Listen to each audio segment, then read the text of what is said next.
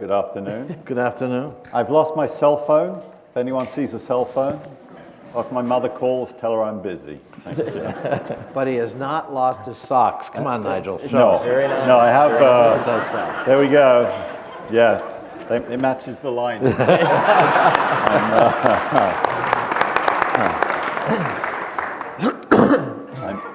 I'm bipartisan, red and blue today. I would ask you gentlemen to introduce yourself briefly and just to say again your name, the organization you work for, and as succinctly as possible the role that you have in that organization for those in the audience that may not know. So I'll start from the furthest. Sure. I'm Michael Daniel. I'm the Cybersecurity Coordinator for the federal government. If you actually called me the chief cat herder for cyber policy in the federal government, you would not be too far wrong. Nice.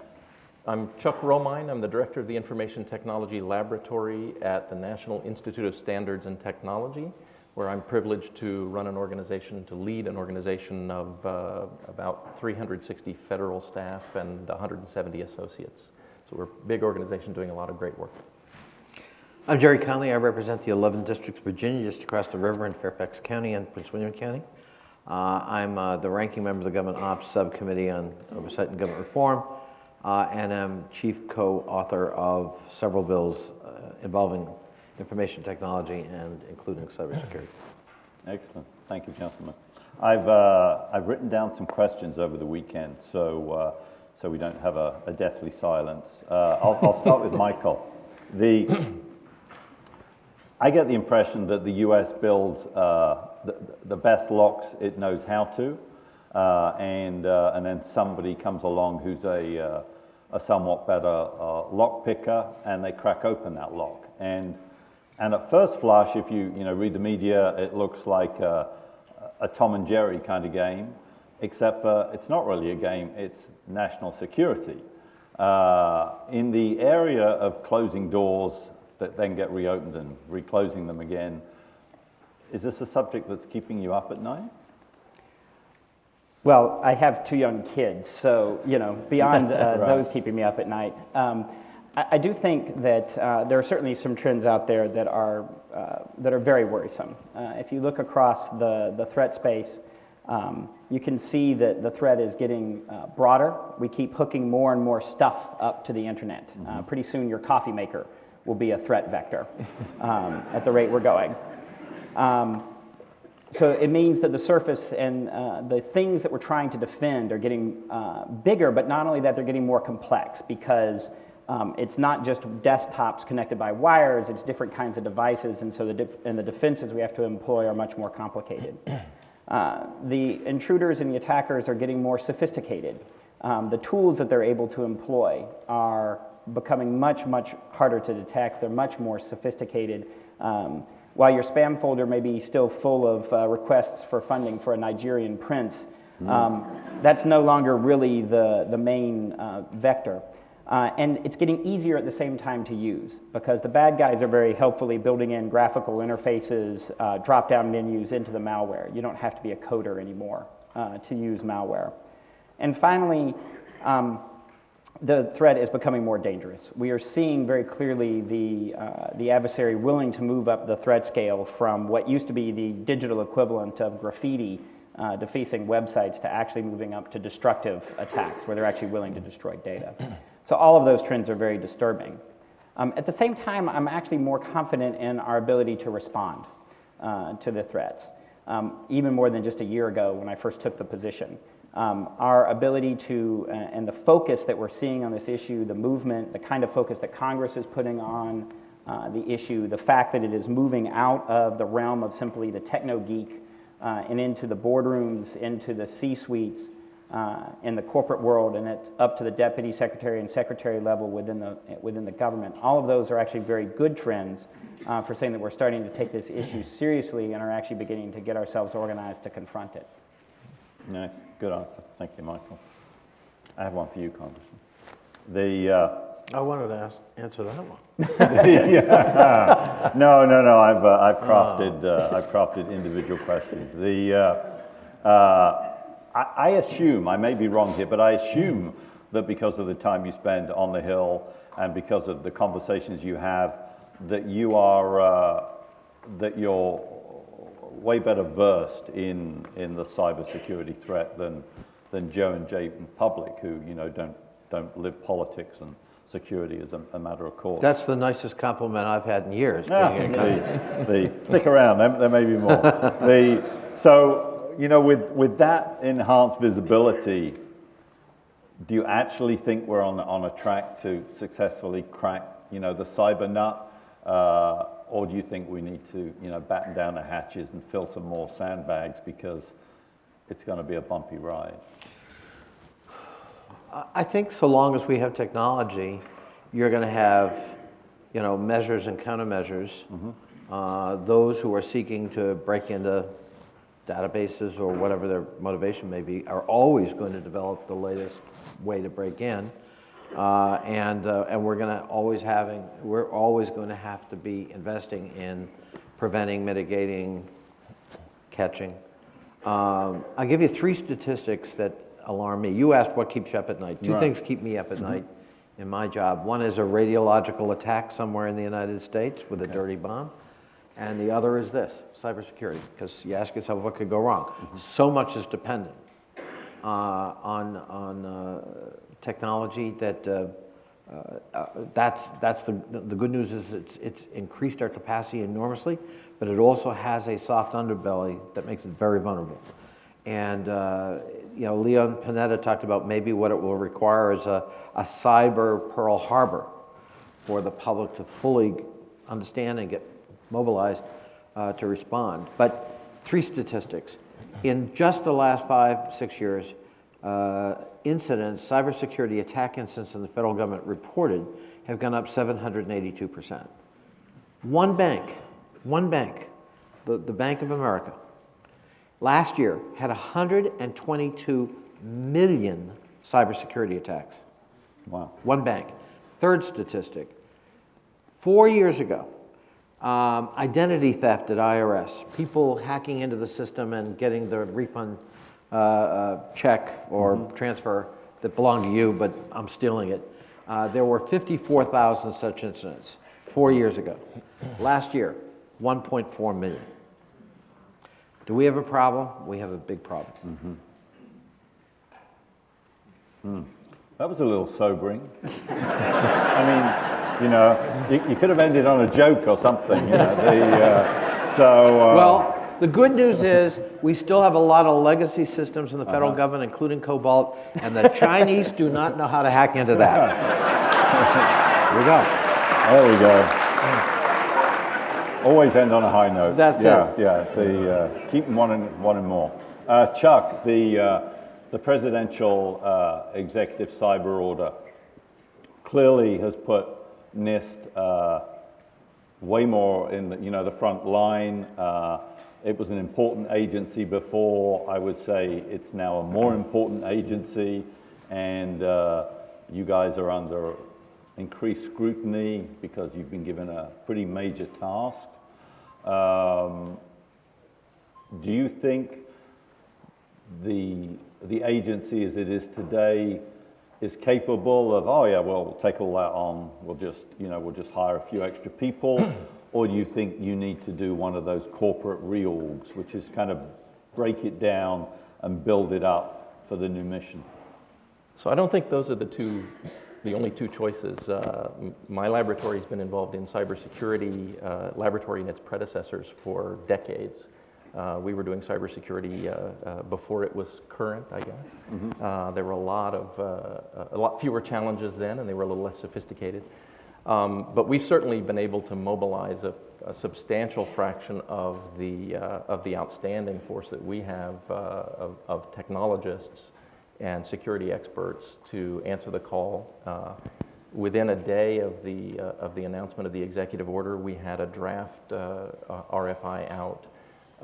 And because of our historical interaction with industry, we work very closely with industry representatives, as you know. And so we're capitalizing on a lot of the strengths that we already have, a lot of the capabilities that we already have to fulfill the requirements of the executive order. And I wanted to point out that one of the challenges here is we can't forget that the development of information technologies has contributed an astonishing amount of progress in terms of commerce. And what comes along with this is the challenges associated with securing the infrastructure. The executive order talks about securing critical infrastructures. The critical infrastructures in this country, as is well known, are owned and operated principally by the private sector. And so without doing this in conjunction with the private sector, as NIST is beginning to do, to develop the cyber framework, I don't think there's a chance of succeeding. Whereas if we do engage, as we've begun to do, with the private sector and get their input on best practices, on security standards, and things that can be done and shared broadly across these sectors, then I think we'll have a very good shot at dramatically improving the security of our critical infrastructures. Nice.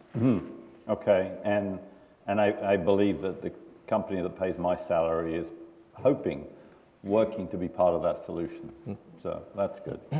I'll sleep just a little bit better tonight. Thank you. So Michael, after the cyber executive order came out, an awful lot of media attention, a lot of ink being written.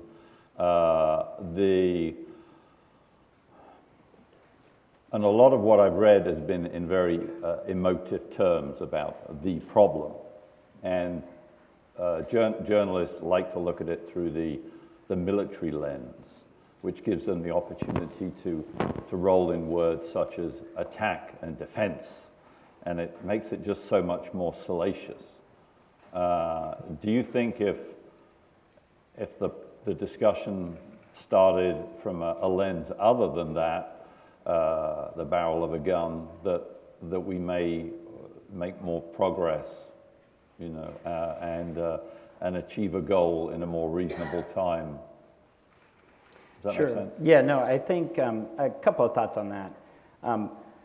One is there seems to be this incredible amount of, as you say, ink being spilled over some of this debate. Some of which is needed and legitimate as we talk about what the role of government, what the roles we want to be, what the norms of behavior we want to be in cyberspace. Some of it comes across as a little shocked, but if you actually look at, if you look at human history, when we got around to building boats, we built navies. When we got around to building aircraft, we built air forces. So it should not be surprising that now that we have this thing called cyberspace and the internet, that there's going to be a military presence as part of it. But there seems to be this argument that any sort of military presence there automatically militarizes the whole thing. And I would say no more than the fact that we have a Navy or an Air Force means that all of the oceans or the air are militarized. So that's the first point to keep in mind. The second point, though, I think you raise a very good one, which is mapping our models from the physical realm into cyberspace can be challenging. The geography and sovereignty and those concepts still matter in cyberspace. All of those boxes and servers and wires all exist somewhere. They exist in someone's country. But the rules of geography are different. Near and far have a different meaning in cyberspace, and the border even has a different meaning. What's the border in cyberspace? I could make a very plausible argument that there's no such thing as the interior in cyberspace. We all live at the border. So that means that the traditional notions of border control and border access and the roles that we've assigned to the federal government and other law enforcement agencies, for example, in the physical realm, don't map well into cyberspace. And so that's why I think that ultimately we actually need to think about some other models for how we approach thinking about the problem, including you can think of it in disaster management terms, and that some of what the federal government's main role there is to operate the National Weather Service, right, in the physical realm. Right. So do we want to have the federal government be able to operate something like that in cyberspace so that it's being able to integrate the information from the private sector and from the government and from other sources and actually give you a forecast for what's coming in cyberspace? Similarly, not every storm in the physical world prompts a federal response. It's only when a storm reaches a certain size or overwhelms local capacity does the federal government respond. So that's one model that may be more useful for thinking about how to respond. Another one is a public health model, that many of the aspects, if you look at how malware spreads across the internet, as a lot of Chuck's folks well know, it actually mimics a lot of biological systems. And so that thinking about it in terms of a medical approach of inoculation and quarantine, and how much do you actually need to do, how much do you actually need to vaccinate in order to actually prevent spreads within populations. Those models may actually ultimately be much more effective in thinking about how we think about what the federal government's role is and what we actually want the majority of federal activities in cyberspace to be. Okay, I got most of that. We could go over it again. Yeah, I mean, if I was out in the audience tweeting, it would have been the comment about we're all living on the border. That's the title of a good book right there. Okay, I'm going to have to think on that one. Congressman, what's your opinion on the cybersecurity issues going into the 113th Congress? The House-Senate impasse looks awfully like yet another missed opportunity, and those of us who don't live and breathe politics on a daily basis, like hippie West Coasters like me, just when we turn on the news, all we see is heads butting and missed opportunities. Can't you guys just come to some solutions occasionally, you know? It's a purely political question. You have an awfully high standard there, Nigel. Yeah. So I wrote here, it looks like another missed opportunity from where I'm sat over here in the cheap seats. Congress has not passed anything substantive in law on cybersecurity since 2002, FISMA. And now the House passed FISMA amendments this last year. I was an original co-sponsor. That passed unanimously. It died. It has not been acted upon in the Senate. Okay. Last year we passed CISPA, the voluntary sharing program on cybersecurity. That passed the House on a bipartisan basis, only to die in the Senate. So I don't think there's a lot of consensus. Well, I think we're lacking some significant consensus, especially in the other body, on how best to approach this. I believe that voluntary standards with the private sector is the ideal way to approach it, and I think both of my fellow panelists would agree. However, if we do have a cyber Pearl Harbor, where something terrible happens because of this vulnerability, the public reaction is going to be very strong. And then federal intervention will be inevitable, and we won't be talking about voluntary standards. And one of the problems we've got, let's take public utilities. You've got all kinds of different standards in the private sector.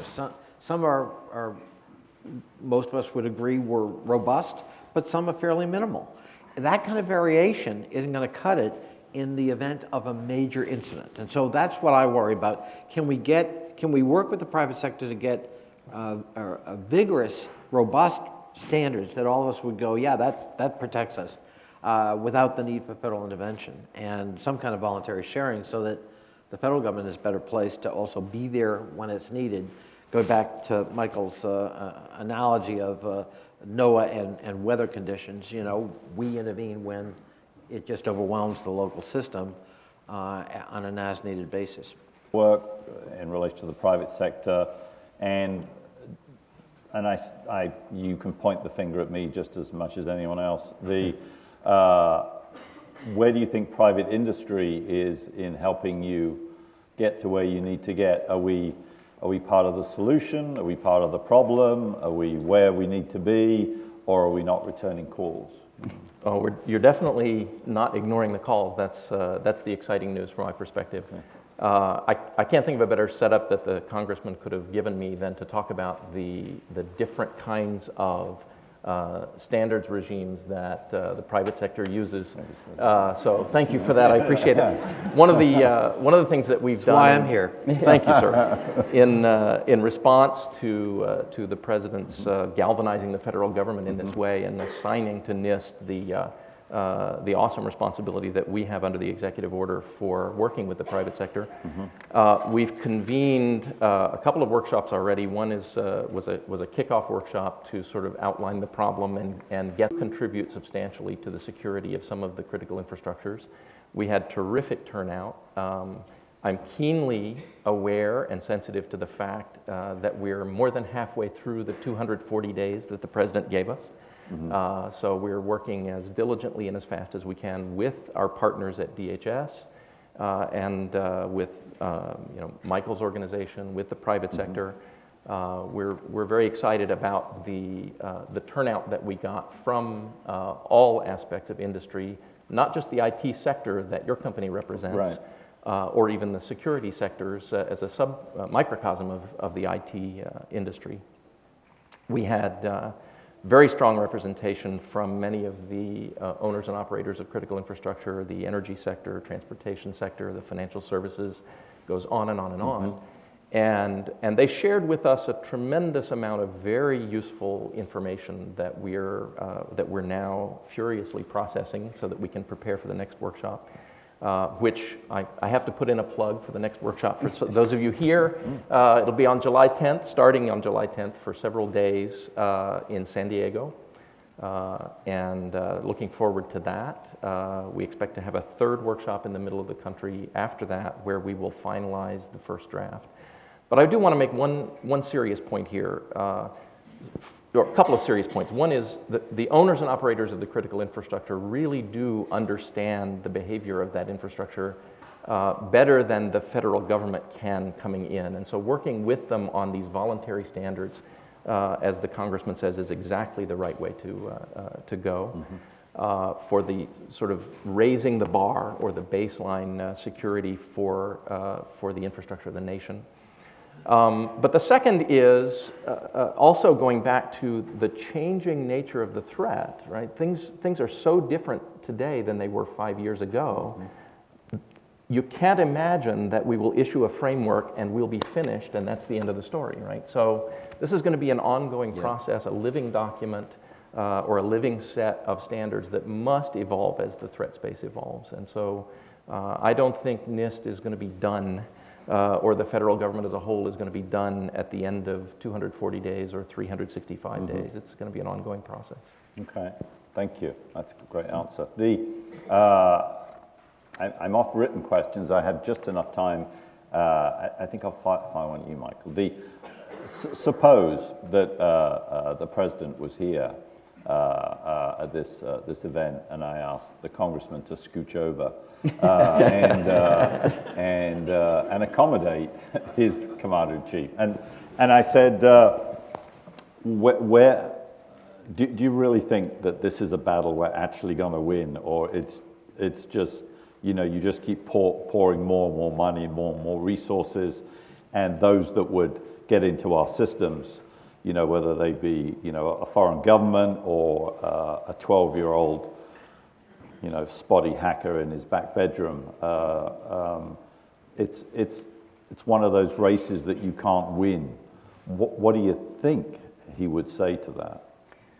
Well, actually, I think what he would say is that you're probably right in the sense of if we just keep going down the road that we're on, that's a true statement.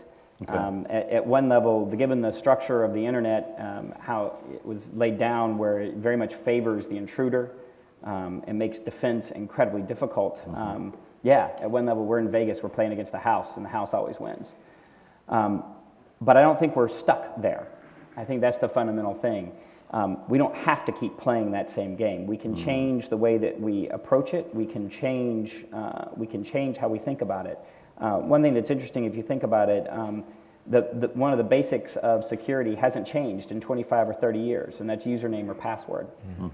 And we all know that most people's passwords are terrible. A couple of years ago, the administration... Not mine. You've got to know my mother's maiden... Oh, yeah. There you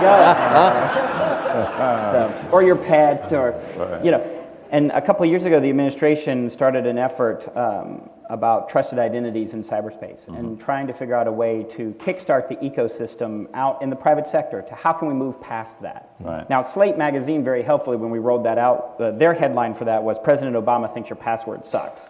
Nice. So you could have asked the president if Yes, he was here that's a great whether or not byline. he Yeah. thought that was true. But that's an example of how we are looking at ways to actually move beyond usernames and passwords to something that is inherently more secure.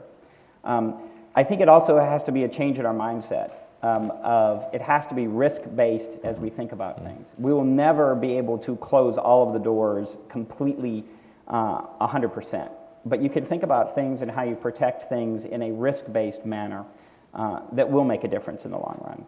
So I think over the long run we can get there, but it requires a different mindset. It requires some changes in the underlying technology. It requires changes in how the federal government interacts with the private sector. So it's going to be a very long time coming, and it's going to be an issue that's going to be with us for a long time. I know your time is up, but if I could just add, that in American history, when we have decided to focus on a challenge, we have a very high success rate. Build the atom bomb before the Nazis do. We marshaled talent, resources, we had a clear mission, and we succeeded. Get a man to the moon before the Soviets do by the end of the decade. It got done with marshaling of resources, talent, and focus. So that's what we need to do, and that is something we can do something about to help Michael and Chuck in their missions refocus the federal government in a much more cogent, targeted fashion. And if we do, I think we can actually make a very appreciable difference positively in getting the edge in this issue. Thank you, Congressman. Now my glass is half full. We're out of time. Would you please put your hands together for our expert panel? Thank you.